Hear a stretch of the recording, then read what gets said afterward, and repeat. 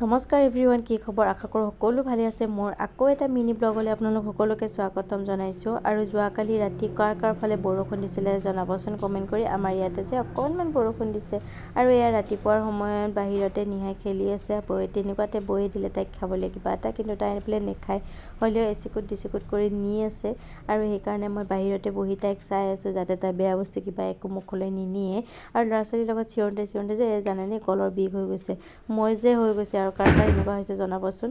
আৰু এয়া দুপৰীয়া 12টা বাজি গৈছে। নিহাক টোপনি নোৱাৰ পিছতে আহি গ'লোঁ পাকঘৰলৈকে, যিহেতু ভাত বনাব লাগিব, কাৰণ 2টা বজাত পূজাক আনিব লাগিব। ভাতৰ কাৰণে ভাজি বনাই হৈ গ'ল।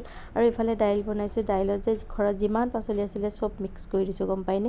এনেকৈ যোৱাকালিও দাইলকণ বনাইছিলোঁ, খাই ভাল লাগিলে, সেইকাৰণে ভাবিলোঁ যে আজিও বনাই দিওঁ।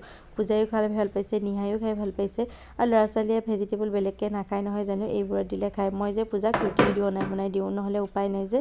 আৰু এয়া পূজা স্কুলৰ পৰা আহি পোৱাৰ পিছত ভনীয়েকে বায়েকৰ বেগটোৰ ফালে চাই আছে, কিজানি কিবা আনিছেই। আৰু যিহেতু পূজাৰ টিউশ্যন আছে 3টা বজাৰ পৰা, তো তাইক কৈছোঁ যে যিখিনি কৰিবলগীয়া আছে সেইখিনি কৰা।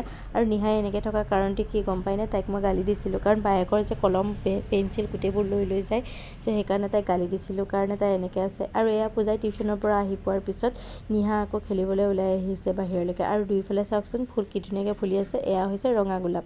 আৰু সেইকাৰণে মই ভাবিলোঁ যে পোৱালিকেইটা খেলি আছে, অকণমান ভিডিঅ' কৰি ৰাখি দিওঁ। এয়া আকৌ নিহাই ঘোঁৰা জ্বলাই আছিলে, কেৰিকি কাঠি, তাই পূৰা ভাল পায় মানে ঘোঁৰাটো চলাই। কিন্তু ঘোঁৰাটো তাই নহয়, গম পায়নে, বাবুৰহে।